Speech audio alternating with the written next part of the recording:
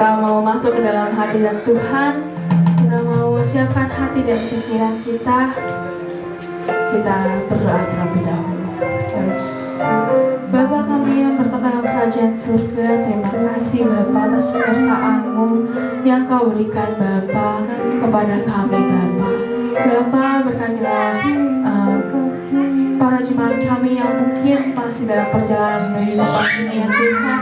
Berkatilah mereka ya Tuhan agar sampai ke rumah-Mu dengan sehat Bapa. Kami tahu Tuhan bangku-bangku yang kosong ini Tuhan akan dipenuhi oleh jemaat-jemaat-Mu Bapa pada pagi hari ini Tuhan. Kami menyerahkan ibadah-Mu ini Tuhan ke dalam tangan-Mu Bapa dari awal pertengahan hingga akhirnya Bapa. Ke semua Engkau dapat campur turun tangan Bapa. Kami mau memuji memuliakan nama-Mu Bapa. Inilah hati kami Bapa. Inilah kami anak-anak-Mu Bapa berkumpul dalam rumah-Mu Bapa. Kami mau terus Bapa memuji Engkau ya Tuhan. Kami tidak ingin Bapa untuk mengikuti dunia ini Tuhan, karena kami tahu Bapa Engkaulah Allah kami yang sungguh luar biasa Bapa. Haleluya Yesus. Engkaulah alasan kami hidup Tuhan. Kami mau terus Bapa bersama dengan Engkau Bapa. Kita mengangkat satu pujian, Engkaulah alasanku hidup.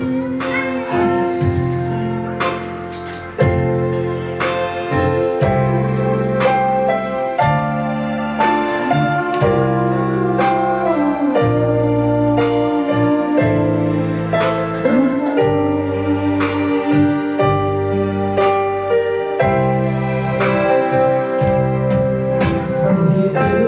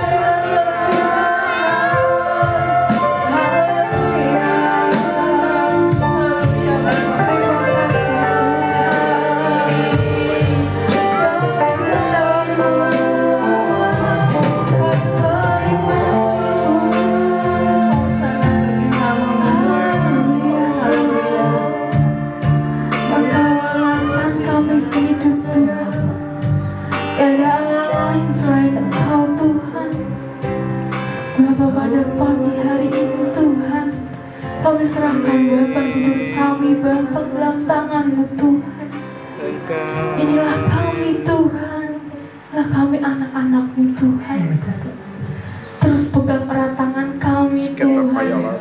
Di dalam dunia ini ya Tuhan, kami mau terus Bapa bersama dengan Engkau Bapa. Haleluya Yesus. Kami tidak dapat jalan sendiri Tuhan. Jangan tinggalkan kami Tuhan dalam dunia ini Tuhan.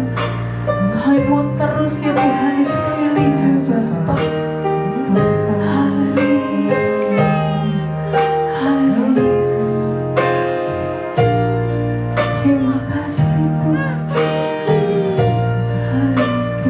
Yesus pegang tangan kami Bapa.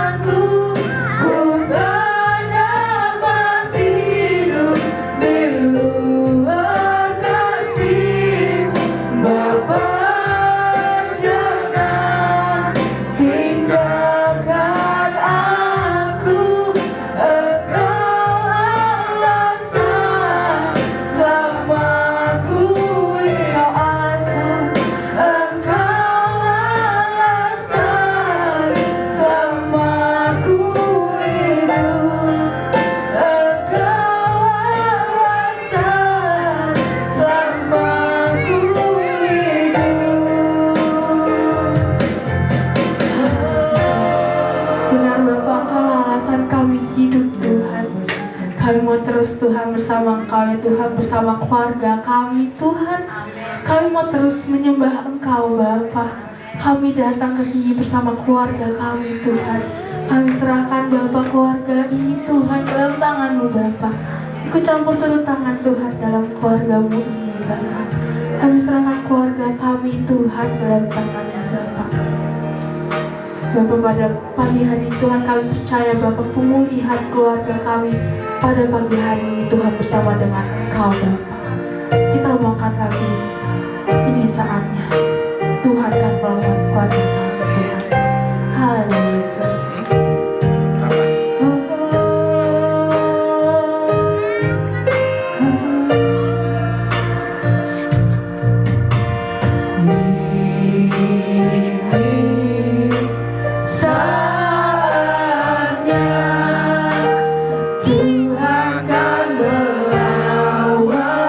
Keluargaku,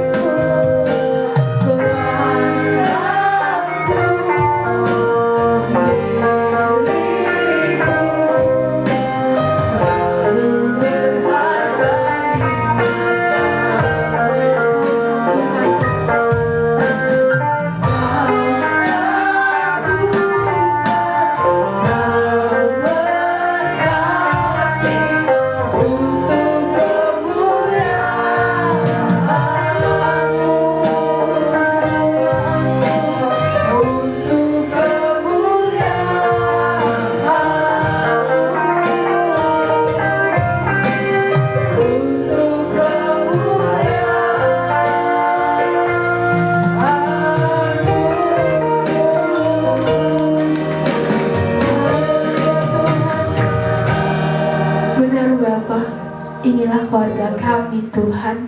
Pada pagi hari ini Tuhan, kami serahkan keluarga kami Bapa ke dalam tangan-Mu Bapa. Engkau berkati Bapa keluarga-keluarga yang hadir Tuhan pada pagi hari ini Tuhan. Bapa, kami siap Bapa untuk memuji Engkau Bapa, karena Engkaulah Allah kami yang sungguh luar biasa dan Allah kami yang sungguh kekal Bapa. Haleluya Yesus, kami siap Bapa untuk menaikkan puji-pujian kami Tuhan pada pagi hari ini Tuhan. Kami mau bersorak-sorai memuji memuliakan nama-Mu, meninggikan nama Engkau Bapa pada pagi hari ini Tuhan. Kami siap Bapa. Haleluya. Amin. Halo Bapak Ibu Saudara, kita berdiri, kita kasih tos kedengaran, katakan Tuhan Yesus baik.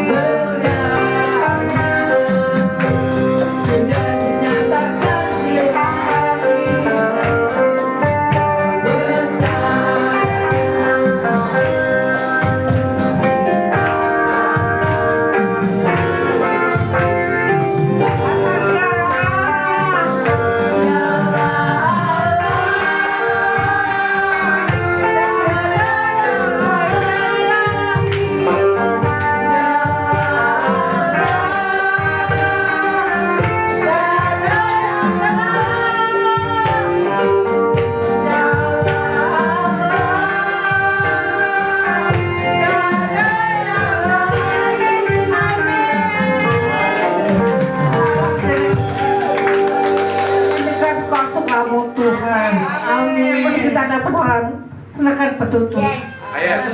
Amin. Lagu yang pertama.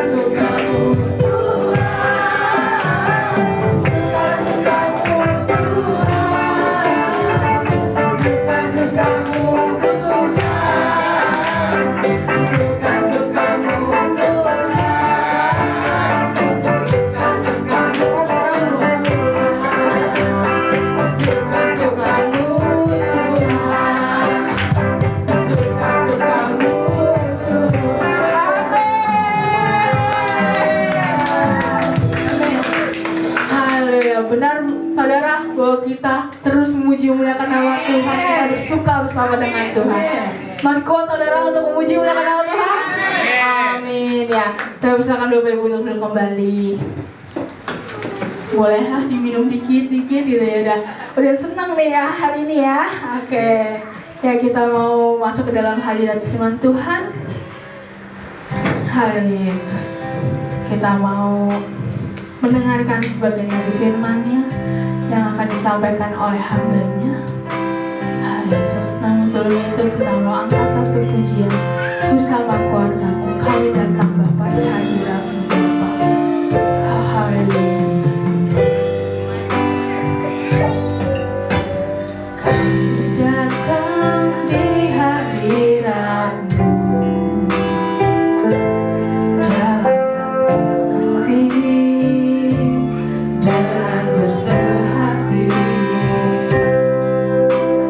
Berjanji setia sampai akhir.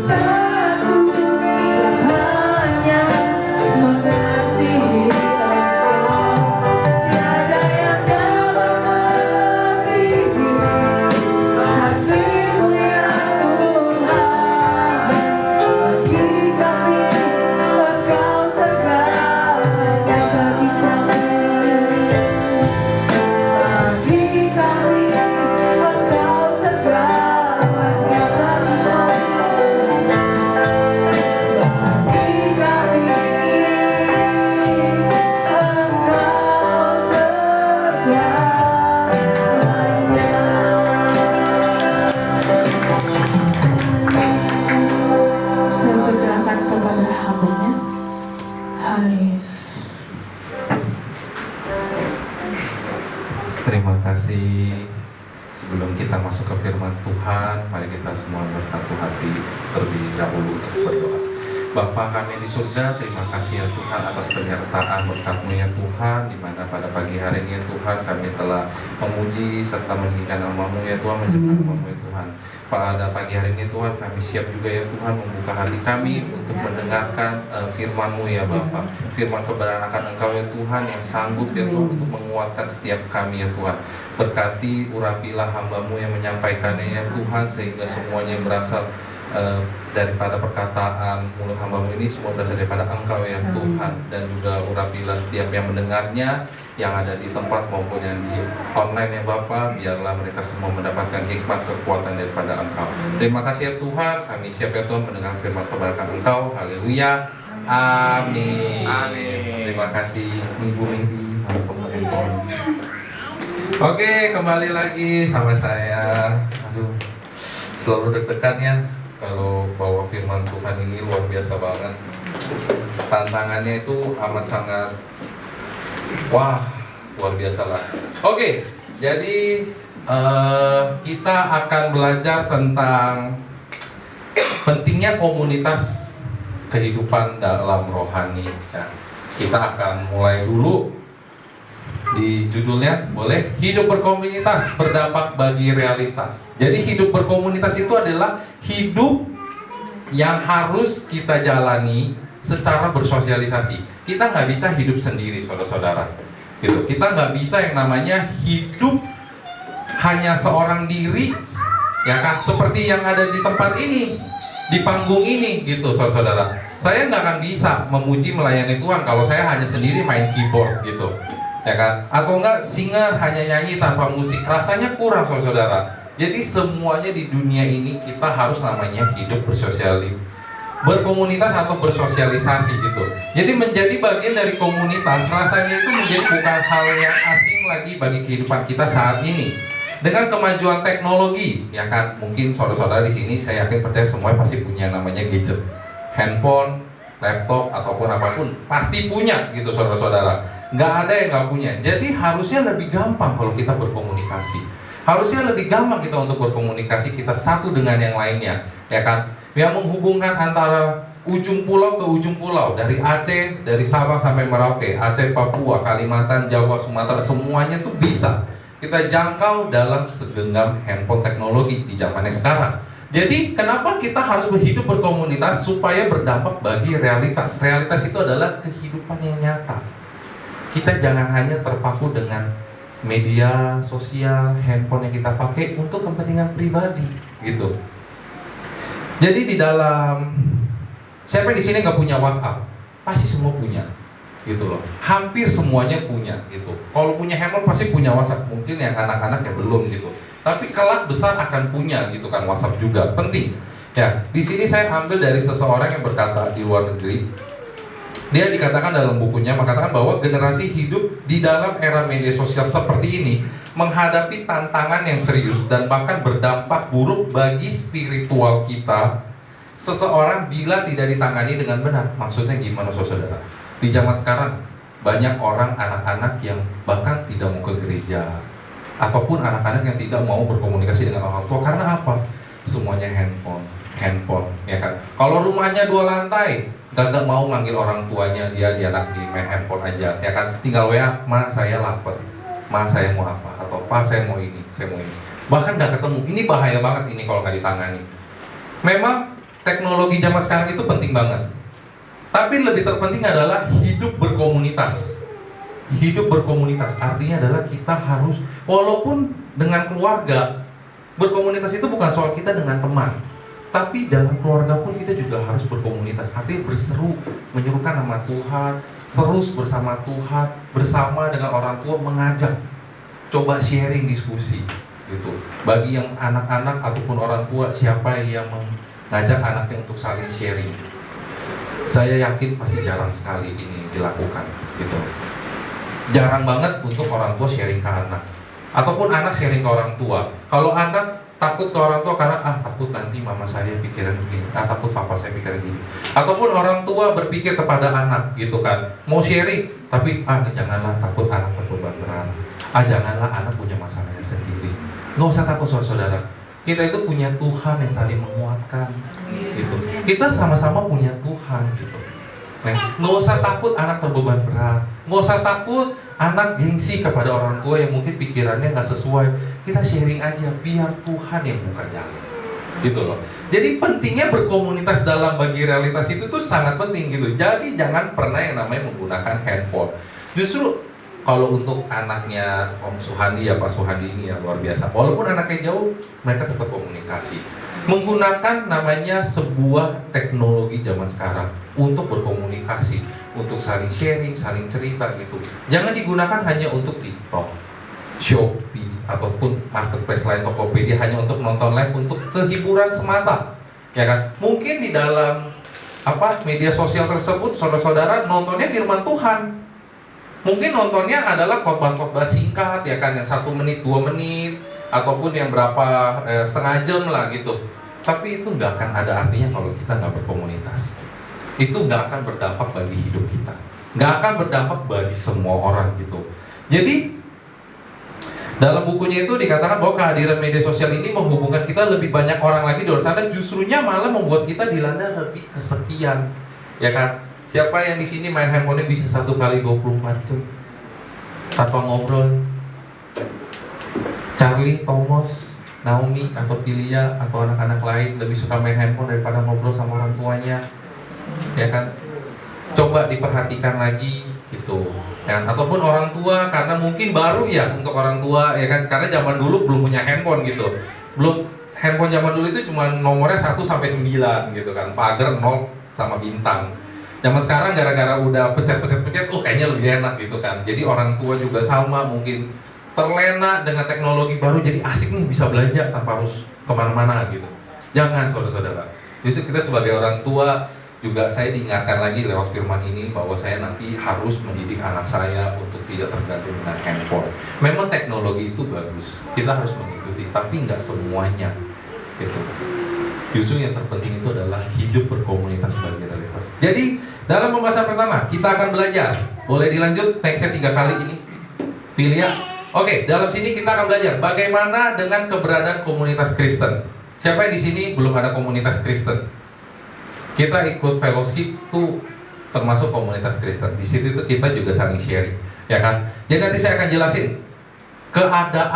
keberadaan dari komunitas Kristen. Lalu apa sih hubungannya, relasi kita dengan sesama orang percaya? Hanya sekedar aktivitas online saja atau juga ada offline-nya? Dan yang ketiga, tujuannya dengan hadirnya komunitas Kristus di tengah-tengah realitas saat ini. Jadi tujuannya apa sih dengan adanya komunitas murid Kristus di tengah-tengah kehidupan ini? Ya. Jadi pertama kita akan baca, boleh dilanjut. Jadi komunitas Kristen itu adalah anugerah, saudara-saudara. Komunitas Kristen adalah anugerah. Boleh dibaca ayatnya di next. Efesus 2 ayat 19-20. Demikianlah kamu bukan lagi orang asing dan pendatang. Sebentar, saya garis bawahi. Demikianlah kamu bukan lagi orang asing dan pendatang. Berarti artinya adalah kita saling kenal. Kita bukan lagi orang luar yang kita tidak tahu apa-apa. Kita adalah saling kenal. Sudah dikatakan, kita bukan lagi asing, saudara. Kita adalah satu bersaudara dengan semuanya.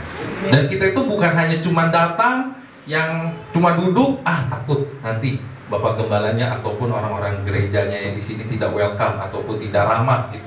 Gak usah takut saudara, karena kita udah dinyatakan sama Tuhan Yesus, kita itu bukan pendatang lagi gitu. Berarti kita tuh lebih dari seorang yang asing gitu. Kita itu seorang yang kenal dekat gitu. Kan dalam Yesus kita bersaudara gitu kan saudara. Lalu lanjut, melainkan kawan sewarga dari orang-orang kudus dan anggota keluarga Allah. Berarti kita semuanya adalah anggota keluarga Allah. Kita akan bersama di surga bersama dengan Allah. Tapi sebelumnya kita di sini kita keluarga, saudara. Apa sih fungsi keluarga? Apakah hanya cuma buat kartu keluarga? Udah kita keluarga, gitu. Tanpa harus mempedulikan gitu. Apakah keluarga seperti itu? Keluarga yang saling cuek? Tidak, saudara-saudara. Gitu kan? Berbicara tentang komunitas Kristen itu tidak dapat lepas dari Kristus sendiri. Melainkan ini adalah hal yang sudah banyak kita tahu, tapi seringkali kita abaikan dan lupakan. Sebenarnya dikatakan ini di ayat 20, yang dibangun di atas dasar para rasul dan para nabi dengan Kristus Yesus sebagai batu penjuru. Jadi kita itu semuanya adalah anggota keluarga Allah, dan Tuhan Yesus sebagai batu penjuru. Batu penjuru itu diibaratkan sebagai pusatnya dunia, sebagai tiangnya dunia gitu. Jadi kemanapun kita pergi, kemanapun kita berada, jadikanlah Tuhan Yesus itu sebagai tiang kekuatan kita. Kita mau kemanapun, kita walaupun udah dibangun di atas rasul, ya kan, tetapi Kristus Yesuslah yang sebagai pusatnya, sebagai batunya. Jadi dalam komunitas Kristen ini itu banyak sekali. Kita mungkin udah tahu, oh komunitas itu penting, komunitas Kristen itu penting dan wajib kita harus ikut, kita wajib ikut. Tapi kadang kita banyak lupa gitu. Banyak yang nanti aja lah, belum waktunya. Atau enggak, yaudah sekedar ikut tapi pikiran kemana-mana, sekedar ikut kemana-mana gitu. Hati boleh kacau, pikiran boleh tanda kutip gila. Gila itu bukannya yang gak waras gitu. Gila itu maksudnya udah kabut gitu. Kalang kabut, boleh. Semuanya itu boleh terjadi, saudara. Tapi cobalah kita sama-sama, ya kan. 1001 masalah yang kita hadapin gitu kan, atau apapun, bisa nggak saudara sebutkan satu aja masalah itu bawa ke dalam Tuhan. Caranya lewat komunitas Kristen gitu kan. Bawa satu aja gitu. Saudara mungkin punya masalah ini, giliran ditanya, masalah kamu apa? Aduh banyak banget lah, pokoknya pusing, saya nggak bisa jelasin, terlalu banyak, nggak bisa ini, nggak bisa ini gitu kan. Coba saudara fokus duduk diam, ikutin komunitas rohani ya kan, ikutin setiap kegiatannya gitu. Bawa satu aja saudara. Saudara bilang banyak masalah gitu, ya kan? Saya juga banyak masalah, tapi cobalah pikirkan satu, ya kan? Satu aja, nggak usah maupun itu yang paling berat, paling menengah ataupun paling nggak berat gitu. Semua pasti mempunyai masalah itu. Coba bawa satu aja, ya kan? Satu kita bawa kepada Tuhan. Ya, bawa satu. Setelah kita bawa satu, saudara, masalah-masalah lain ternyata itu ikut beres loh, saudara. Ya kan? Secara nggak langsung itu semua beres. Ya kan? Hati kita mungkin kacau, pikiran kita tuh boleh gila gitu, pikiran kita tuh boleh kayak kalang kabut gitu, nggak kemana-mana. Tapi cobalah duduk diam, ikutin komunitas, ikutin mengerti alurnya Tuhan, ikutin cara kerjanya Tuhan. Tuhan itu tuh udah jelasin cara-caranya, ya kan? Pertama itu adalah kita harus berkomunitas, saudara-saudara. Ya. Jadi sejak kejatuhan manusia di dalam dosa dalam Kejadian 3, konsekuensi dosa yang harus dihadapi oleh umat manusia itu bukan soal bicara tentang rusaknya hubungan manusia dengan Allah, tetapi manusia juga merusak dengan sesamanya, ya kan? Mulai dari Menara Babel, ya kan? Yang tadinya sepakat, yuk kita bangun menara setinggi sampai ke langit gitu, tapi akhirnya mulai pecah. Bahasanya mulai beda. Satu dikasih bahasa A, satu kasih bahasa B. Mulailah perdebatan. Dari situ mulailah masalah, ya kan? Tadinya kita berseru dengan Allah gitu, akhirnya jadi nggak percaya lagi dengan Allah, keluar. Dan setelah udah nggak percaya lagi dengan Allah, kita malah berantem dengan sesama. Hubungan kita semakin rusak gitu. Ini tuh sudah dituliskan di dalam kitab Perjanjian Lama, di kitab Kejadian. Jadi kita itu janganlah seperti itu, saudara. Di zaman sekarang yang kita sudah ditebus, ya kan, semuanya udah ditanggung di atas kayu salib, masa iya kita juga masih mau merusak hubungan kita dengan sesama? Semua di sini saudara, nggak ada yang pandang dia lebih kaya, dia lebih bawah, lebih ekonomi, ataupun dia lebih bersih, dia lebih kurang bersih. Nggak ada, saudara. Tuhan Yesus aja tuh megang semua kok, ya kan? Dia bahkan orang yang dianggapnya di masa lalu yang penyakitnya sampai dikatakan najis aja dia mau menyembuhkan. Nggak ada pilih-pilih, semua akan sama. Kalau orang yang percaya, semua akan diterima di surga gitu. Nggak ada yang namanya perbedaan gitu. Semua Tuhan Yesus sama kok ngasihnya, ya kan? Apakah seorang gembala, ya kan, gembala gereja ataupun jemaat, wah karena dia gembala hidupnya lebih tanggung jawabnya lebih berat, jadi Tuhan kasih rumahnya cahaya matahari, sinar terus terang? Enggak, saudara. Kalau lagi hujan mah hujan aja, ya kan? Kalau lagi panas mah semua juga kepanasan gitu. Kalau lagi macet juga semua kena macet, maupun mobil yang murah, motor yang biasa aja, sampai motor yang mahal puluhan juta, ratusan juta, semua juga sama gitu. Jadi kita semuanya itu belajar dari komunitas rohani. Di dalam komunitas inilah pentingnya bahwa semuanya itu dianggap sama Tuhan. Kalau kita nggak ikutin komunitas, kita nggak ada yang namanya perkumpulan rohani, kita akan menganggap diri kita itu lebih hebat daripada Tuhan.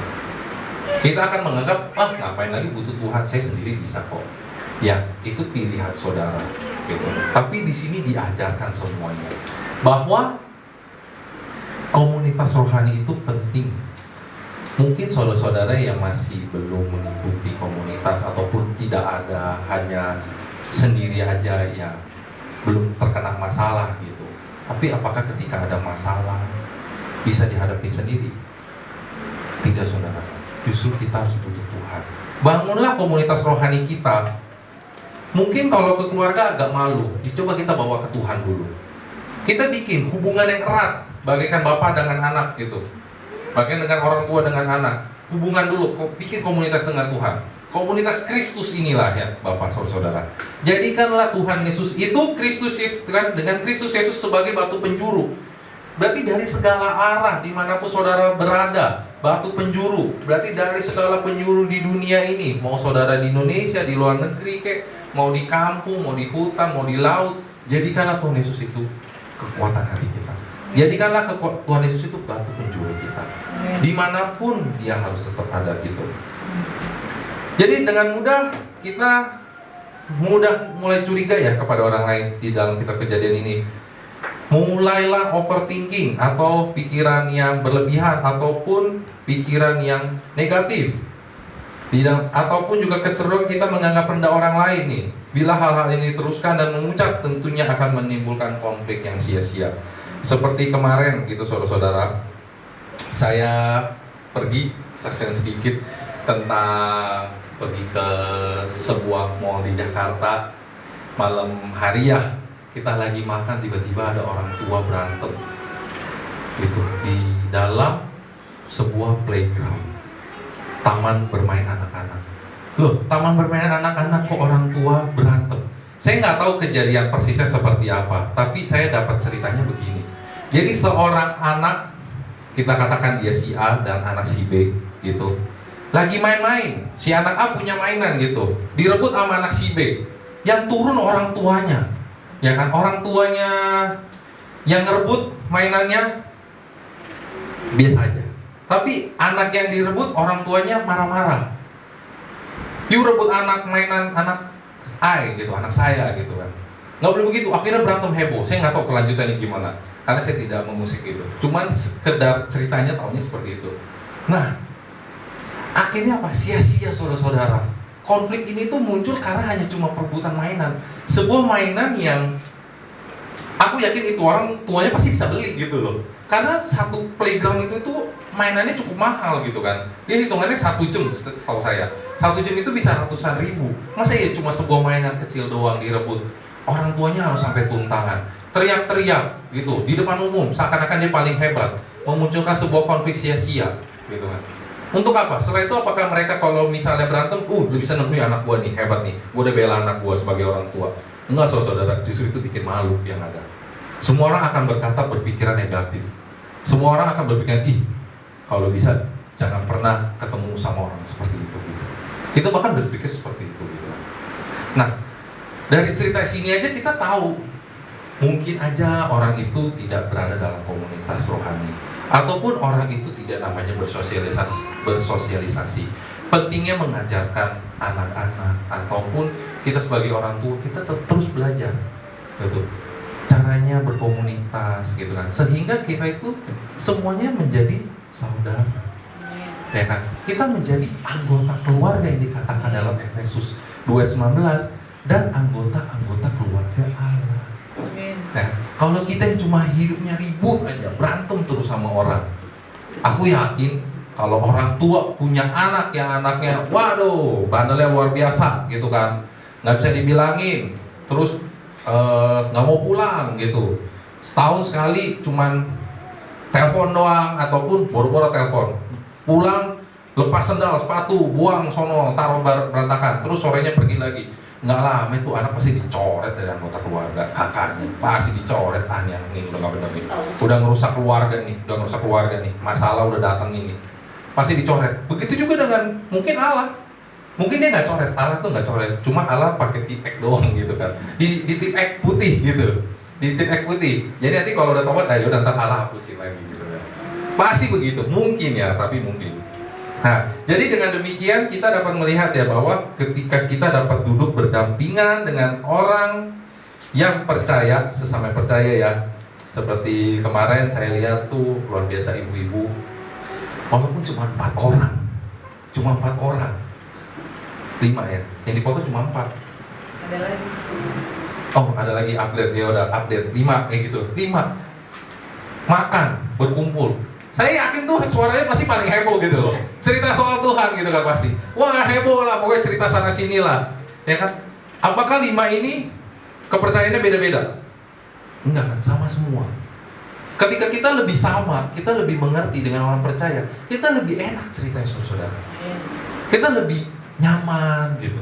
Karena saya yakin lah, seorang ibu gembala tidak menganggap jemaatnya itu sebagai bawahan atau seperti bos dengan karyawan, enggak. Semuanya saudara, semuanya sama gitu, nggak ada bedanya saudara-saudara, ya kan? Jadi penting banget nih perkumpulan-perkumpulan seperti itu ya. Jadi ketika kita dapat mengasihi jemaat ataupun rekan pelayanan dalam persekutuan kita, dan ketika kita dimampukan untuk mengampuni, menghibur serta menguatkan mereka yang ada di dalam komunitas kita, itu terjadi semata-mata karena adanya anugerah Allah. Jadi komunitas Kristen itu adalah anugerah. Kita nggak akan bisa mengasihi seseorang tanpa dia yang terlebih mengasihi kita, saudara. Kita nggak akan bisa peduli, bahkan sayang gitu sama orang. Kayak saya sayang banget sama istri saya sayang banget sama anak saya. Itu bukan karena memang dia anak saya harus sayang, karena dia istri saya harus sayang, enggak. Ini adalah kita sudah ditanamkan Roh Kudus. Roh Kudus itu pemberian dari Allah, anugerah dari Allah. Allah yang kasih tanamkan kepada hati kita untuk kita bisa sayang kepada sesama gitu. Sayang kepada keluarga, sayang kepada rekan. Saya peduli gitu, saya care gitu ya kan. Mungkin saudara-saudara mungkin ada masalah gitu. Saya nggak tahu permasalahannya, tapi saya coba bawa dalam doa saya ya kan. Setiap jemaat yang mengalami masalah, percobaan, pergumulan, hamba memang nggak tahu persoalannya mereka setiap masing-masing, tapi saya yakin dengan Allah Bapa ya kan, sanggup menyelesaikan masalah-masalah. Itu mungkin bukti dari seorang bapak gembala gitu, yang peduli dan sayang sama jemaat-jemaatnya gitu kan. Lalu jadi karena anugerah Allah kita juga dikasih gitu ya untuk berkomunitas. Jadi hanya Kristuslah Sang Juru Selamat yang dapat membersihkan kita dari dosa, sekaligus melepaskan kita dari segala jerat dan konsekuensi dosa, termasuk memulihkan hubungan dengan sesama yang rusak tersebut. Dengan demikian, Paulus menggambarkan komunitas Kristen sebagai suatu kerajaan dan keluarga Allah yang di dalamnya setiap anggota memiliki hak dan kewajiban yang sama. Untuk diterima, menerima, dikasihi, mengasihi, diperhatikan, memperhatikan, dan diampuni, mengampuni. Jadi dalam keluarga itu, walaupun saya sekarang udah bisa kartu keluarga, cuma dulu sebelumnya saya masih dengan keluarga saya punya kakak, saya punya adik. Saya berantem, mungkin berkelahi dengan adik saya, mungkin berdebat dengan koko saya, kakak saya gitu kan. Tapi saya mengasihi dia. Ketika kita mengasihi keluarga, dia akan mengasihi balik. Bahkan walaupun saya udah lepas kartu keluarga, dia tetap peduli sama saya gitu ya kan. Waktu anak saya masuk NICU, dia secara walaupun tidak saat itu juga, tapi dia menanyakan kabar. Berarti artinya saya dikasihi, saya diperhatikan sama dia ya kan. Seperti mertua saya, dia juga perhatikan saya, makanya saya perhatikan balik gitu. Apa sih yang dibutuhkan ya kan. Ya memang ini ada satu tanggung jawab besar ya kan. Mertua saya minta saya untuk ujian PDP luar biasa sekali, tapi saya tetap bawa dalam doa gitu ya. Saya bukannya tidak mau, tapi saya coba bawa dan bawa. Saya harus memperhatikan apa yang dibutuhkan, ya kan? Karena apa? Kita dalam keluarga Allah, apalagi kita gitu semuanya, ya kan? Kalian butuh apa? Kita pasti ada perhatiannya. Gereja pasti ada perhatiannya gitu. Tapi apa yang membuat kita semua yang masing-masing belajar juga untuk memperhatikan gereja, gitu. Bukan soal semuanya materi, nggak perlu gitu saudara. Nggak perlu soal uang gitu, nggak perlu soal begitu. Intinya ketika kita udah dikasih sama Allah, harusnya kita membalikannya lagi kepada Allah. Allah itu gak butuh gitu. Maksudnya Allah yang di atas sana itu, apakah uang rupiah berlaku bagi Allah? Nggak berlaku saudara. Yang Allah butuhkan apa? Kita bersatu hati. Kita cuma perlu, Allah itu cuma senang dipuji, disembah. Cuma dipuji, disembah. Nggak ada lagi yang dia mau. Dia mau kita itu memuji dia. Dia mau kita menyembah dia. Itu Allah yang bahagia di sana. Gitu. Jadi Allah udah ngasihi kita, nih ya berkat. Gitu. Allah tuh ngasih itu bukannya ya udah kamu karena pujian-pujiannya dikit, karena tadi pujiannya mungkin duduk gitu ya, duduk diem aja, ikuti joget-joget, kasih dia udah Tuhan kasih dikit, enggak, sama rata semuanya, gitu. Semuanya udah Allah hitungkan, ada porsi-porsinya lah masing-masing gitu. Dia tahu kapasitas tubuh kita, dia tahu kapasitas kalau makan lambung kita tahu gitu, oh aku kenyang gitu. Nah ini Allah udah kasihi kita, masa ya kita nggak mau kasihi balik gitu. Nah cara dapetin kasihinya gimana?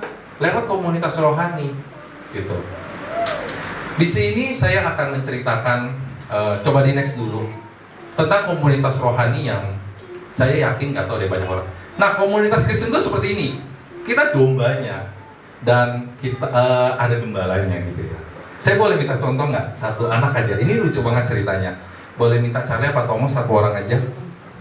Boleh? Coba maju sini. Ini lucu banget. Ini semoga boleh siapa aja? Thomas cari, ayo satu orang. Yuk, kita hemat waktu. Thomas deh, Thomas, ayolah, Thomas, ayo sini. Jadi kita seperti domba ya. Kita seperti domba. Yuk, nggak apa-apa Pak. Ini seru kok. Bagus sini. Ceritanya domba. Kamu domba, aku domba ya. Ayo maju sini ya. Saudara-saudara bisa lihat ya. Domba itu kan kalau gembala menggembalai sebuah domba gitu, 1, 2 atau lebih banyak. Pasti banyak dong, cuma kan nggak mungkin saya panggil semuanya gitu kan. Nah, ceritanya depan ada gembala. Gembala suruh belok kiri gitu. Saya masih ngikut kan. Saya masih ngikut gitu. Set gitu kan. Atau enggak dia lagi gembala gitu. Jadi dalam komunitas rohani bisa nggak terjadi gesekan? Bisa nggak? Nah, coba Thomas jalan. Ayo jalan. Ayo shoot. Jalan. Pasti kayak gitu kan, saudara-saudara. Lihatnya gitu kan, pasti domba kan. Digembalai. Jadi kita udah jadi gesekan. Komunitas rohani juga seperti itu. Oke, terima kasih. Jadi kurang lebih itu kayak gitu. Jadi kadang kita itu mungkin di belakang, ya kan? Kita terjadi gesekan dengan komunitas rohani gitu. Ya mungkin kita nggak sesuai gitu kan, ya kan? Dalam komunitas rohani pun juga bisa terjadi gesekan seperti yang ada dalam gambar ini gitu. Ya kan, ada yang mungkin cium pantatnya gitu kan kalau domba. Kalau kita dalam komunitas rohani mungkin kayak ini orang bau, atau enggak ini orang sifatnya kok jelek ya, kurang bagus gitu. Pasti ada. Tapi kalau kita di luar itu, kalau kita memilih untuk enggak seperti domba-domba ini, karena dia jelek, kita nyasar saudara. Kita akan nyasar. Kita nggak tahu gembala kita kemana karena kita asik sendiri. Dia tadi belok kiri, karena tadi desekan banyak orang, aduh saya ke kanan lah, atau saya ke kiri lah, melenceng. Akhirnya apa saudara-saudara? Nyasar kita, domba yang gila. Nah, komunitas Kristen ini ditujukannya apa? Walaupun namanya ada gesekan, walaupun ada yang namanya ketidaksesuaian dengan kita, seperti kita domba-domba yang digembalai yang lagi banyak-banyak. Gesekan boleh terjadi. Kaki pun diinjek gitu kalau domba-domba lagi digembalai. Banyak itu kita diinjek-injek, sakit, jatuh gitu kan. Tetapi kita nggak akan kehilangan arah. Karena gembala kita tuh Tuhan Yesus Kristus gitu saudara. Allah kita yang menggembalai kita. Walaupun semuanya itu sakit, jatuh. Kalau domba bulunya mungkin kusut, nempel gitu kan. Mau kiri kan nggak bisa. Tapi kita nggak akan kehilangan arah. Walaupun kita jatuh, kita nggak akan kehilangan arah. Karena apa? Kita mengikuti Sang Juru Selamat kita, mengikuti Allah gembala kita. Jadi kemanapun gembala kita Tuhan Yesus Kristus membawa kita ramai-ramai berbondong gitu kan ya. Udah kita ikutin aja lah, nggak apa-apa lah walaupun sakit, udah yang penting hidup kita terjamin, saudara-saudara. Gitu. Seperti Musa ya, yang bawa puluhan ke padang gurun. Itu susah loh. Bawa orang-orang banyak tuh susah loh. Itu aja orang masih berantem. Coba bayangin, orang yang mengikuti Musa itu tuh bukan 1-2, bukan 50, bukan 100, tapi ribuan. Lebih banyak lagi. Banyak yang gugur, ya banyak yang nggak diceritain di Alkitab mungkin ya. Banyak yang udahlah sekarang nggak tahu kemana dia, apa dia ketanam di pasir. Tapi kalau dia mengikuti Musa yang memang udah ditunjuk sama Allah, dia selamat ceritanya. Penuh dengan taman yang dijanjikan Tuhan, yaitu Kanaan, tanah Kanaan yang luar biasa, yang berlimpah-limpah. Nah, komunitas Kristen itu juga seperti itu, saudara-saudara. Kalau kita dalam komunitas, saya nggak mau ikut karena ada dia, karena mungkin kaki saya diinjek terus, atau enggak, dia duduk sebelah saya sempit, saya nggak bisa gerak, saya nggak leluasa. Akhirnya kita keluar dari sebuah komunitas rohani. Akhirnya kita keluar, kita menjauh. Atau enggak kita malah putar balik gitu kan, nggak ngikutin gembala kita kemana. Iya nyasar toh. Nggak mungkin kita bisa mendapatkan sebuah mahkota kehidupan kalau kita nggak mengikuti dia, saudara-saudara. Jadi pentingnya komunitas Kristen itu ya seperti itu, saudara-saudara. Bukan soal perkara ya kita harus datang ikut gitu. Setidaknya kita nggak nyasar dulu lah kalau ada komunitas Kristen rohani gitu. Jadi penting sekali ya komunitas Kristen itu. Lanjut. Caranya tadi kan pertanyaan pertama itu adalah keberadaan komunitas Kristen. Terus yang kedua, apakah relasi kita dengan sesama orang percaya hanya sekedar aktivitas online? Tidak. Jadi kita juga harus secara offline. Offline itu adalah secara tatap muka, secara bertemu. Dikatakan dengan cara bagikan Injil dan hidupmu. Injil itu dari firman, hidupmu adalah kesaksian, saudara-saudara. Boleh dibuka selanjutnya 1 Tesalonika itu belum. Hidup itu tuh belum. Aduh saya lupa edit. 1 Tesalonika 2 ayat 8. Demikianlah kami dalam kasih sayang yang besar akan kamu, bukan saja rela membagi Injil Allah dengan kamu, tetapi juga hidup kami sendiri dengan kamu, karena kamu telah kami kasihi. Di garis bawahi, tetapi juga hidup kami sendiri, hidup saya sendiri dengan kamu sama. Jadi semuanya adalah dalam kasih sayang yang besar akan kamu, akan kalian saudara-saudara. Jadi belajar dari teladan Paulus saat ia hidup melayani di tengah-tengah jemaat Tesalonika, ada dua hal yang bisa kita lakukan sebagai wujud dari hidup yang mengasihi di tengah-tengah komunitas Kristen, yaitu berbagi Injil dengan cara yang mungkin ikutin firman Tuhan, baca terus Alkitabnya, dan juga berbagi hidup. Injil dan firman Tuhan menjadi suatu yang sentral, suatu yang pusat dalam komunitas Kristen. Paulus lebih lanjut menuliskan dalam kitab yang Efesus 2 ayat 20 yang tadi, bahwa kerajaan Allah dan keluarga dibangun atas para rasul dan para nabi dengan Yesus Kristus sebagai batu penjuru. Ya kan? Buku dari orang luar itu berkata bahwa hidup bersama menjelaskan bahwa komunitas Kristen adalah suatu kenyataan rohani, bukan kenyataan dari psikologis, dari kejiwaan. Gitu. Komunitas Kristen mendasarkan keberadaannya pada firman Tuhan. Komunitas Kristen membenarkan dirinya pada kebenaran dan kasih yang sejati, dan hanya firman Tuhanlah yang berotoritas memerintah di dalam komunitas ini. Jadi bisa dikatakan bahwa dengan caranya kita mengikuti komunitas Kristen, walaupun itu online ataupun itu offline, yang kita bahas adalah firman kebenaran Tuhan, saudara-saudara.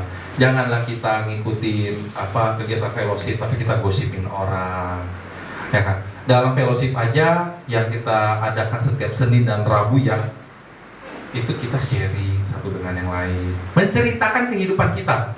Gak usah takut orang itu peduli apa enggak gitu. Gak usah takut orang itu berpikiran negatif apa enggak. Gak usah takut. Tuhan pembela kita. Tuhan yang membenarkan kita kok. Untuk apa kita mendapatkan sebuah validasi dari seorang manusia biasa? Ya kan? Untuk apa kita mendapatkan pengakuan dari seorang yang biasa-biasa saja sesama kita gitu? Untuk apa? Kita justru harus mengaku di hadapannya Bapa. Gitu. Nggak usah ada yang takut, saudara.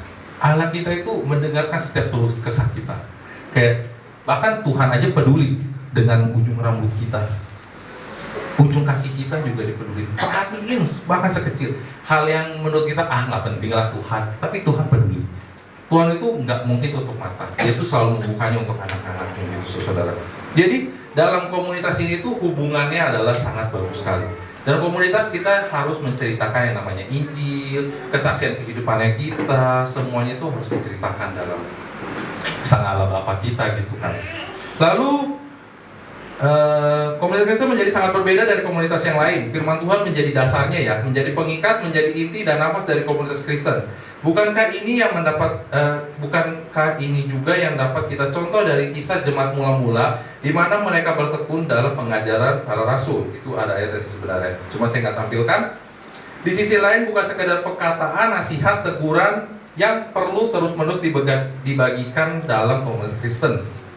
Jadi boleh next dulu. Jadi bukan sebelumnya pelan-pelan. Jadi hidup adalah bahasa Yunaninya adalah suke. Bukan feel, sebelumnya feel satu-satu. Ya udah stop. Hidup adalah suke. Lucu ya bahasanya ya. Jadi suke itu dari bahasa Yunani atau yang kita sekarang dengar adalah psycho. Psycho diambil dari bahasa psikologi. Psycho itu berarti artinya adalah jiwa, gitu. Kejiwaan, batin. Ya, jadi suke memiliki arti adalah inner being atau dalam bahasa Indonesianya adalah kepribadian batin kita dari seorang manusia, sehingga berbagi hidup memiliki arti bukan saja tentang materi yang kayak harta benda, uang atau tenaga, tapi juga berbagi pengalaman, perasaan dalam hidup dari suatu pribadi gitu ya. Seperti 2 minggu lalu ya kayaknya Bu Charlie ya, kejadian yang terjadi. Walaupun Bu Charlie hanya cerita kayak gitu kan, semua orang di sini itu turut prihatin. Gitu. Waktu anak saya masuk NICU itu bukan saya doang. Ketika saya berbagi, semua orang berbagi perasaan. Inilah komunitas Kristen rohani. Bukan hanya soal saya susah saya minta bantuan doang, bukan. Tetapi dengan rasa doa dari saudara Bapak Ibu untuk anak saya, ya kan, untuk keluarga Bu Charlie kita doakan semuanya. Itu adalah membentuk pengalaman, membentuk sebuah hal yang kita nggak bisa pikirkan, ya kan? Mungkin doa saya untuk Bu Charlie belum terjawab, bisa aja dari doa Bu Margo, doa dari Bu Tanti. Semua kalau saling mendoakan pasti ada terjadi, pasti terjadi dulu. Nah inilah komunitas Kristen yang Tuhan inginkan dari kata suke ini. Jadi kejiwaan, batin kita itu saling koneksi, ya kan? Ataupun ada di luar sana yang orang jatuh, kasihan kamu jatuh, kasihan jatuh, gitu kan? Ada waktu kita kecil mungkin digituin. Tapi udahannya ditanya gimana lututmu, masih luka nggak? Nah itulah hati yang sehat, jiwa yang sehat, inner being, artinya adalah batin dalam tubuh kita yang dikasih anugerah oleh Roh Kudus dari Allah Bapa untuk kita bisa mengasihi orang, menanyakan kabar. Gimana Bu Charlie keadaannya sekarang? Gimana Bu Margo keadaannya sekarang? Semuanya gitu. Gimana waktu itu saya ditanyain sama orang-orang banyak, gimana keadaan anak saya Gevoriel? Udah sehat belum? Udah. Inilah kehidupan rohani. Kalau kita nggak berkomunitas, kita cuma merem aja di kamar ya terus bertiga aja kita contoh gitu kan. Anak sakit gak ada yang tahu, gak ada yang doain, ya kan. Anak masuk NICU gak ada yang tahu, gak ada yang peduli kalau kita nggak ke gereja. Siapa yang mau doain? Gimana dia mau sembuh? Gimana orang tuanya punya kekuatan? Gimana orang tuanya bisa menghadapi ini semua? Lewat komunitas rohanilah. Bukan hanya sekedar online, tetapi offline itu penting. Ya, boleh tanya pendapatnya Bu Charlie, gimana setelah kemarin ikutin fellowship dengan ibu-ibu? Apakah terberkati? Lebih dikuatkan apa dilemahkan? Amin, saudara-saudara. Itu. Jadi komunitas Kristen itu nggak soal menjatuhkan. Gitu. Gesekan boleh terjadi. Mungkin Bu Cari ada yang nggak sesuainya ya dengan rekan-rekan lain. Tetapi ketika kita bersama mengerti maksudnya Tuhan, oh mungkin dia seperti ini, tapi nggak apa-apa gitu. Lebih dikuatkan kan. Coba kalau misalnya sendiri, gitu. Kayak saya sendiri, saya nggak mau lah, saya ini itu nggak mau. Ya, saya aja bisa aja sifat saya berubah. Jadi kayak lebih kasar, lebih nggak peduli gitu. Tetapi saya mengikuti dari gembala, tahu rencananya kemana, arahnya kemana. Ya kan, saya mau hidup berkomunitas. Saya kemarin ketemu sama teman-teman saya gitu kan, ajak anak saya cerita, sharing, ngobrol gitu kan. Akhirnya kita mendapat masukan. Dia berbagi pengalaman dan saya juga berbagi pengalaman. Dari pengalamannya dia saya belajar.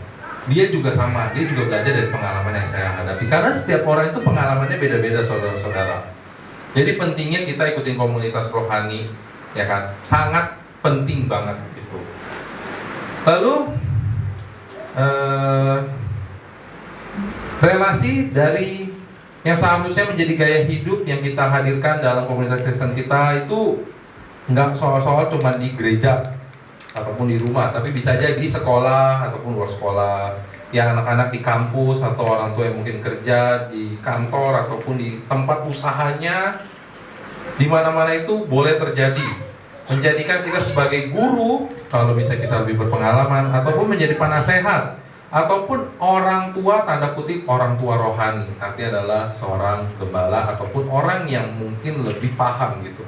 Saya orang baru lah gitu kan dalam rohani Kristen. Saya bukan lahir dari keluarga rohani, tetapi saya belajar gitu. Jadi saya selalu mencari orang tua rohani saya. Bukan hanya di gereja, bukan cuma mertua saya, tapi saya semua belajar dari sini semua. Ya kan? Jadi, namun makin membentuk kita menjadi rekan atau sahabat perjalanan yang sama-sama hadir dalam suka maupun duka, sekaligus juga menghadirkan Kristus dalam kehidupan sesama, saudara-saudara. Jadi semuanya itu sudah tertuangkan ya, saudara-saudara.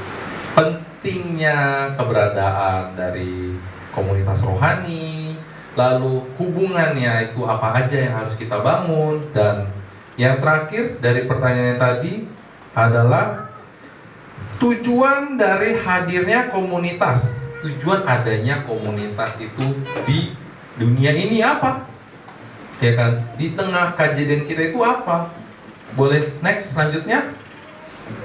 Jadi tujuannya itu adalah supaya kita berdampak bagi realitas, bagi kehidupan nyata. Adanya komunitas rohani, kita menjadi lebih ada, dikenal keberadaannya, ya kan? Yang di sini pasti kenal dong Pak Niko, gitu kan? PDT Pak Niko itu, pendeta Pak Niko. Semua kenal. Kenapa? Karena dia mau berdampak bagi kehidupan nyata. Dia mau untuk menceritakan kasihnya Tuhan. Dia nyata, dia ada gitu loh. Nah, kita juga harus seperti dia gitu. Bukan kita harus menjadi pendeta ataupun kita harus menjadi menyerupai dia, bukan. Tapi kita harus mengikuti apa yang dia lakukan. Dia menceritakan kasihnya Tuhan, dia menceritakan ininya Tuhan. Akhirnya apa? Dia berdampak bagi kehidupan. Banyak sekali orang-orang, bukannya saya membela Pak Niko, bukan. Banyak juga gembala-gembala juga ini kan. Cuma saya ambil contoh ya, contoh. Dia banyak yang membuat orang-orang itu lebih sadar, mau balik ke arah Tuhan, ya kan. Banyak mujizat juga terjadi gitu. Saudara-saudara juga, ayo kita ambil ini, peranan ini. Dalam komunitas rohani, ayo kita saling bisa menyembuhkan aja itu udah luar biasa lewat doa, ya kan? Atau enggak bantu dalam doa, ya kan? Dalam kitabnya 1 Petrus 2 ayat 9, boleh? Tetapi kamulah bangsa yang terpilih. Bangsa artinya kita semua, kita itu udah dipilih ya. Imamat yang rajani, bangsa yang kudus, umat kepunyaan Allah sendiri. Berarti artinya kita itu udah dipilih, ya kan? Kita ini adalah orang yang kudus, kita ini punyanya Allah. Berarti kita hebat ya, kuasanya kayak Allah juga gitu. Supaya kamu memberitakan perbuatan-perbuatan yang besar dari Dia yang telah memanggil nama kamu keluar dari kegelapan kepada terang yang ajaib. Terang yang ajaib. Amin. Jadi dalam kasus cerita ini diceritakan bahwa kita itu adalah terangnya Tuhan. Kita disuruh cerita kebesaran perbuatan-perbuatan dari Allah Bapa. Jangan hanya diam saja, saudara. Ini bukan masuk 10 perintah Allah, tapi ini diceritakan 1 Petrus 2 ayat 9. Kita itu udah punyanya Allah loh. Kita ini udah hebat loh. Ya kan? Kita tuh udah kuat gitu. Perkataan kita aja tuh udah kudus gitu. Kita bangsa yang kudus, punyanya Allah. Masa ya kita nggak mau ceritain kebesarannya Dia? Gitu kan. Jadi tujuannya dengan ada komunitas ini adalah kita tuh harus berdampak bagi kehidupan orang-orang. Caranya adalah ya seperti ini dikatakan, kita memberitakan perbuatan-perbuatan yang besar daripada Dia. Jadi kita itu gak usah takut. Takut itu dalam kata negatifnya itu adalah gelap. Takut itu gelap, kegelapan. Ya kan? Di sini kalau misalnya mati lampu di rumah malam-malam hari, benar-benar mati lampu, nggak ada cahaya sekecil apapun, nggak ada cahaya, kita takut mau melangkah di rumah sendiri kita, karena kalau misalnya mati lampu kita takut kalau nggak ada handphone, benar-benar gelap gitu kan, waduh bisa jatuh dari tangga nih, atau nggak bisa keinjak apa nih gitu kan, kita takut. Tapi itu nggak usah takut lagi sekarang, saudara. Kita tuh udah terang, kita udah diambil dari kegelapan, keluar, udah kepada terang yang ajaib, udah terang ajaib lagi. Ini ayat sih hebat banget sih aku bacanya. Lalu kehidupan kita sebagai komunitas Kristen itu tidak banyak berhenti pada makna kita dikuduskan, kita dipisahkan dari dunia, tetapi berlanjut kepada makna kita diutus kembali ke dalam dunia untuk menjadi berkat, menjadi pembawa kabar sukacita, menjadi garam dan terang dunia, realitas di sekitar kita. Sama seperti bangsa Israel yang dibebaskan oleh Allah dari Mesir untuk kembali ke tanah Kanaan sehingga dapat menjadi berkat bagi bangsa-bangsa. Demikian juga kita telah dikuduskan oleh Allah dari dosa dan maut, dipanggil Allah untuk menjadi berkat bagi dunia ini. Ya, tentunya berdampak bagi dunia. Nggak usah kita harus kayak Paniko yang dari Indonesia sampai ke luar negeri, nggak perlu. Tidak perlu seperti itu. Mulai dulu dari sekitar kita. Kalau kita udah beres, kita jaring lagi. Kita perbesar lagi sayap kita. Gitu. Bukan sayap di badan, bukan. Perbesar lagi berkat kita. Perbesar lagi, kita rangkul orang, ya kan? Perbesar lagi, kita ceritain ke orang, gitu kan? Ceritakan lagi perbuatannya, Tuhan tuh hebat, Tuhan tuh luar biasa, gitu. Ya kan? Nggak usah sampai kita menyerang. Tuhan tuh nggak suruh kita serang kok. Tuhan tuh suruh kita rangkulah sesamamu, gandenglah, kasihilah. 1 kali orang itu nggak peduli, 2 kali orang itu boleh nggak peduli, 3 kali orang itu masih nggak peduli juga, 4 kali tabok dia sama Tuhan pasti. Gitu. Tabok, balik yuk. Nah, udah dikasih tahu juga ceritanya ini, dikasih yang halus-halus dulu Tuhan, gitu kan, lewat kita. Gitu. Ajak dia ke komunitas, ya kayak istri saya, dia punya teman, sekarang udah di luar negeri, dulu dia nggak percaya ya. Bahkan dia nggak mau ngikutin komunitas. Sekali diajak udah ajak, nggak mau. 2 kali diajak, nggak mau. 3 kali diajak nggak mau. 4 kali dikasih masalah dia mau, akhirnya dia datang ke komunitas rohani dengan masalah. Waduh, ini orang nih luar biasa banget nih. Bukannya bawa berkat ke dalam komunitas, tapi bawa masalah. Tapi itu saya nggak salahin. Karena tadi seperti saya bilang, masalah kita boleh banyak, tapi bawa satu. Bawa satu aja. Akhirnya apa? Dia dipakai Tuhan lebih luar biasa. Dia dipakai lebih heran lagi. Banyak semua orang percaya cerita ke dia. Dia punya masalah, tapi orang-orang cerita masalah ke dia. Ya kan? Ini luar biasa banget gitu. Tapi lihat, dia kuat, dia strong gitu. Dia bisa berdiri tegak dengan Tuhan yang ada di sisinya. Dia cerita ke kita, dia share ke kita. Inilah pentingnya komunitas, saudara. Jadi saudara-saudara yang mungkin takut masuk ke dalam fellowship, takut masalah yang gak selesai, gak usah takut. Mungkin saya gak akan selesai. Mungkin dengan Bapak Gembala cerita gak akan ada jalan keluar, Ibu Gembala gak ada jalan keluar. Bisa aja loh. Dari seorang Bu Cherly mungkin yang ada masalah, diceritakan tambah masalah, Bu Charlie punya jawabannya gitu. Dia udah lebih dahulu gitu kan. Banyaklah ceritanya di sini tuh kalau komunitas rohani. Bukan soal yang lebih berpengalaman ataupun tidak berpengalaman. Ketika kita cerita, kita sama-sama membaur, sama-sama pentingnya apa komunitas ini. Kita tahu masalah, kita coba bawa satu aja lah, bawa satu gitu, saudara. Bawa satu. Pasti masalah-masalah lain itu akan selesai juga. Pasti dijamin sama Tuhan. Masalah kita itu nggak akan lebih besar daripada dia. Jadi kalau yang masih pusing, yang nggak tahu hidupnya harus ngapain, ya saudara-saudara semua, cobalah belajar dari satu hal tersebut. Bawa satu ke dalam komunitas rohani, bawa satu kepada Tuhan. Pentingnya itu. Lalu tentunya berdampak bagi dunia sekitar kita, bisa memulai kita sejak kapan? Sejak saat ini. Harusnya sih kemarin-kemarin, saudara-saudara harusnya bisa berdampak. Tapi nggak apa-apa, karena kita pembahasannya hari ini. Berarti mulai sekarang kita harus berdampak ya bagi saudara. Bagi orang-orang di luar sana yang seiman maupun tidak seiman, kita harus berdampak menjadi Kristen rohani yang kuat gitu. Jangan mudah goyah, jangan mudah terbelenggu, jangan mudah tertarik sama orang lain. Tapi kita harus kuat, teguh. Ya, tidak harus melulu menunggu sampai kita menjadi alumni ataupun kita sampai punya nama panggung pentas gitu lah ya. Artinya adalah seorang artis. Tetapi berdampak bagi kita mulai sejak masa-masa menjadi siswa di sekolah untuk anak-anak ataupun mahasiswa ya, seperti Filia di kampusnya nanti ceritain aja cerita Tuhan. Nggak usah takut orang tersebut berpikir apa, biar Tuhan yang menjadi pembela kebenarannya buat Filia. Apalagi di tengah-tengah kondisi masyarakat dan bangsa yang sedang terpecah belah. Di luar sana itu banyak sekali sih saya mendengar gereja itu dilarang dibangun lah, apa segala macam. Kita nggak usah takut saudara. Itu sudah jalannya Tuhan. It's okay, gitu. Nggak masalah, nggak usah khawatir. Justru dengan adanya itu kita jangan menganggap musuh kepada orang-orang yang melarangnya. Jangan, haruslah kita terbuka hati kita. Gitu. Ya, seperti orang-orang yang pada saat mau menyalibkan Tuhan Yesus, ya kan, orang itu kan jahat-jahat banget tuh, cambuk lah, terus dipukul lah, didorong, diludahi. Tetapi Tuhan Yesus nggak pilih-pilih.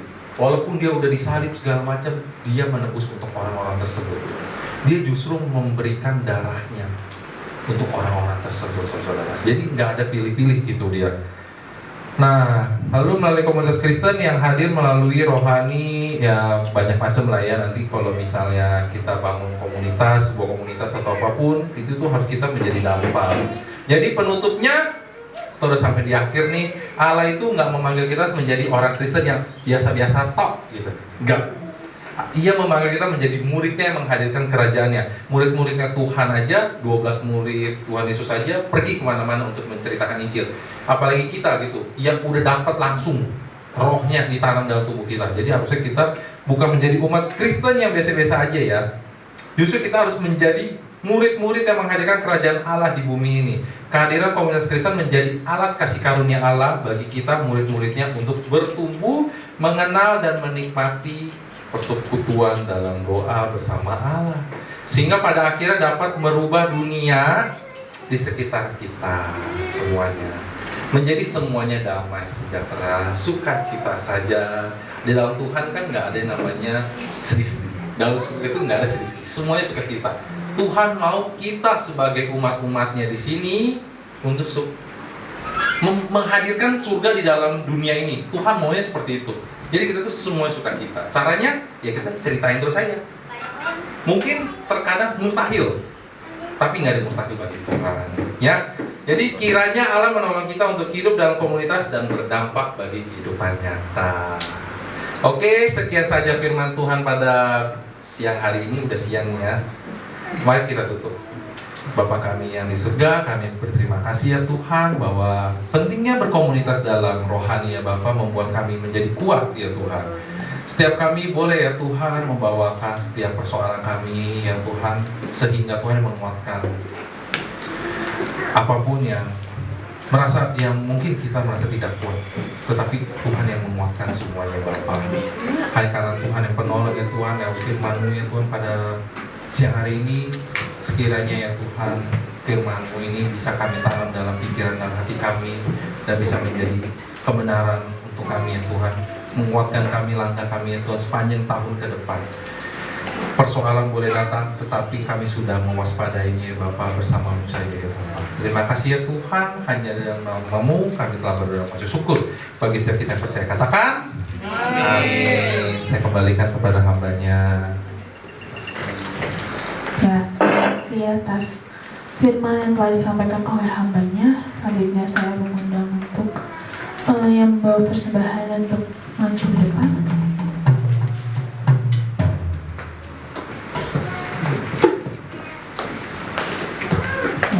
Sebelum itu kita berdoa terlebih dahulu. Bapa kami yang bertata dalam kerajaan surga, terima kasih Bapa atas firman-Mu Bapa yang telah disampaikan oleh hamba-Mu Bapa. Berkatilah Bapa firman-Mu ini Tuhan, agar menjadi rema dalam kehidupan kami Bapa. Bapa, selanjutnya kami akan memberikan persembahannya Tuhan. Berkatilah persembahan ini Tuhan, agar dapat ya Tuhan memperluas Tuhan gereja-Mu ini Bapa. Kami serahkan Tuhan persembahan ini Tuhan dalam tangan-Mu Tuhan. Dan nama Bapa kami telah berucap syukur. Haleluya. Amin. Toh siapa yang bikin hari depan hidupku?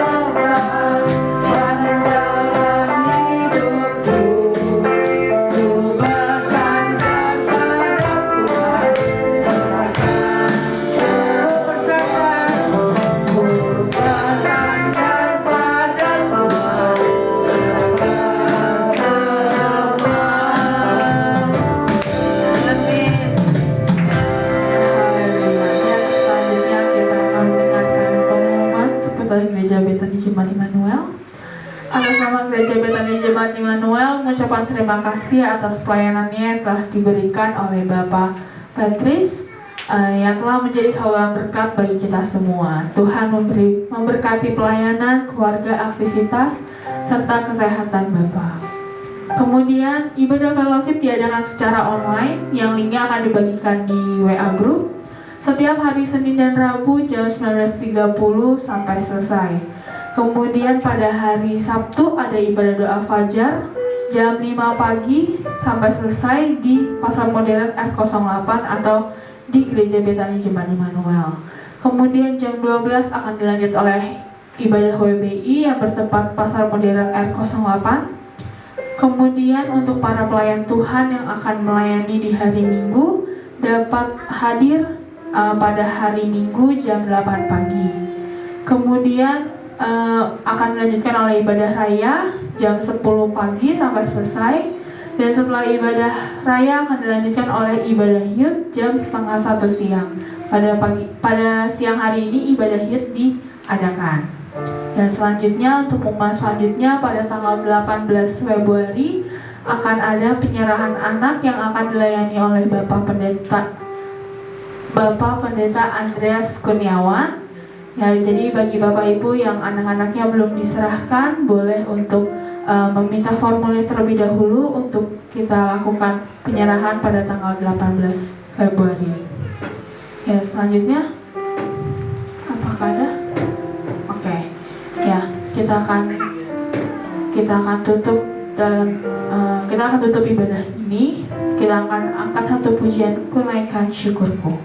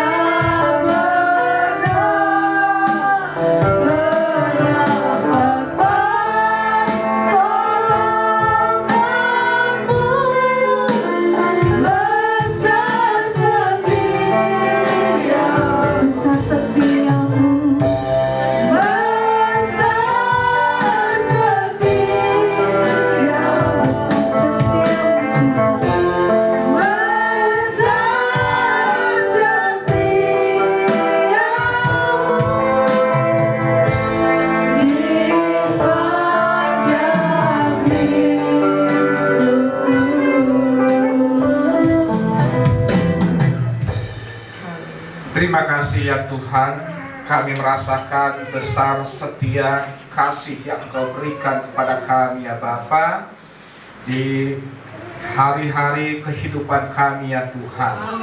Sehingga pada hari ini, siang ini ya Tuhan, kami masih diberikan kemampuan, masih diberikan kekuatan, masih diberikan anugerah-Mu ya Bapa, sehingga pada siang hari ini ya Tuhan, kami dapat menghadap hadirat-Mu ya Tuhan, untuk mengucap syukur ya Tuhan, untuk berterima kasih ya Tuhan atas anugerah-Mu ya Bapa. Terima kasih ya Tuhan, di hari-hari yang akan datang kami percaya Engkau yang menuntun kami, menyertai kami di dalam setiap aktivitas kami, di dalam setiap keluarga kami ya Tuhan. Kami percaya lingkupan penyertaan yang Kau berikan sempurna di dalam kehidupan kami ya Bapa. Urapi hamba-Mu yang telah menyampaikan firman-Mu ya Tuhan, Bapak Patrick ya Tuhan. Kami percaya ya Tuhan, ini ada sesuatu yang Kau simpan di hamba-Mu ini ya Bapa, untuk terus memuliakan nama Engkau ya Bapa. Kami percaya Engkaulah yang memateraikan firman-Mu pada siang hari ini ya Bapa, agar kami terus berkomunitas di dalam realitasnya ya Tuhan, agar kami pun akan menjadi saluran berkat bagi banyak orang ya Tuhan. Terima kasih ya Tuhan, firman-Mu yang begitu memberkati pada siang hari ini. Kau berkati hamba-Mu ya Tuhan, di dalam setiap aktivitasnya, di dalam setiap keluarganya ya Tuhan. Kau berkati ya Tuhan, di dalam setiap kehidupannya. Kami percaya Kau pakai dengan luar biasa, dengan lebih heran lagi ya Tuhan, untuk kemuliaan nama Engkau ya Bapa. Terima kasih ya Tuhan, begitu juga dengan para jemaat kami ya Tuhan. Kau mampukan, Kau kuatkan ya Tuhan, di dalam situasi apapun juga ya Tuhan. Engkau sertai ya Tuhan, karena kami percaya Engkaulah adalah gembala yang baik ya Tuhan, yang akan menuntun domba-dombanya ke padang ke padang hijau yang rumput ya Tuhan. Terima kasih ya Bapa, Kau berkati bangsa kami, bangsa Indonesia ya Tuhan. Kami percaya ya Tuhan, bangsa Indonesia berada di dalam tangan kasih-Mu ya Bapa. Bangsa Indonesia akan terus maju ya Tuhan. Terus ya Tuhan dipulihkan ya Tuhan melalui para pemimpin kami ya Tuhan. Bapak Presiden kami, Wakil Presiden, aparat pemerintahan baik dari pusat maupun sampai daerah, sampai RT RW ya Tuhan, Kau berkati ya Tuhan. Biarlah melalui pemikiran-pemikiran mereka ya Tuhan, bangsa Indonesia terus maju ya Bapa. Terima kasih ya Tuhan, Kau sertai pesta demokrasi yang akan diadakan bangsa kami di bulan yang akan datang di tanggal 14 Februari ya Tuhan. Kami percaya Engkau yang akan mengaturnya ya Tuhan. Kau turun tangan ya Tuhan, sehingga pemilu ini ya Tuhan akan menjadi pemilu yang aman, damai, sejahtera ya Tuhan, dan penuh sukacita ya Bapa.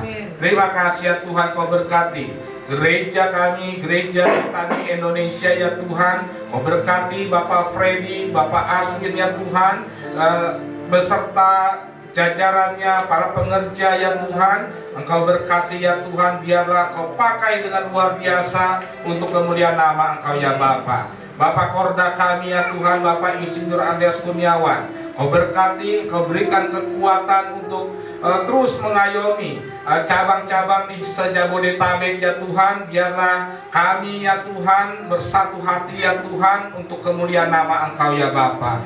Terima kasih ya Tuhan, sebentar kami hendak berpisah ya Tuhan. Oleh sebab itu kami pun berdoa untuk makanan hidangan yang telah Kau siapkan ya Bapa. Kami percaya ini adalah semuanya berkat daripada Engkau ya Tuhan. Engkau yang memberikan kekuatan melalui makanan ini untuk jasmani kami ya Bapa. Terima kasih ya Tuhan, dan kami siap untuk menerima berkat pada siang hari ini. Mari saudara kita bangkit berdiri dan arahkan tangan kita. Dengan iman kita, Tuhanlah yang memberkati pada siang hari ini. Saudara-saudaraku, pulanglah dengan membawa damai sejahtera, cinta kasih dari Allah Bapa kita melalui Tuhan Yesus Kristus, yang akan memulihkan keluarga kita, yang akan memberkati anak-anak kita, pekerjaan kita, pelayanan kita, mulai siang hari ini sampai Maranatha. Tuhan Yesus datang kedua kali menjemput kita di awan-awan yang permai. Bagi kita yang telah menerima berkat, mari sama-sama katakan dengan iman kita, amin. Shalom saudara.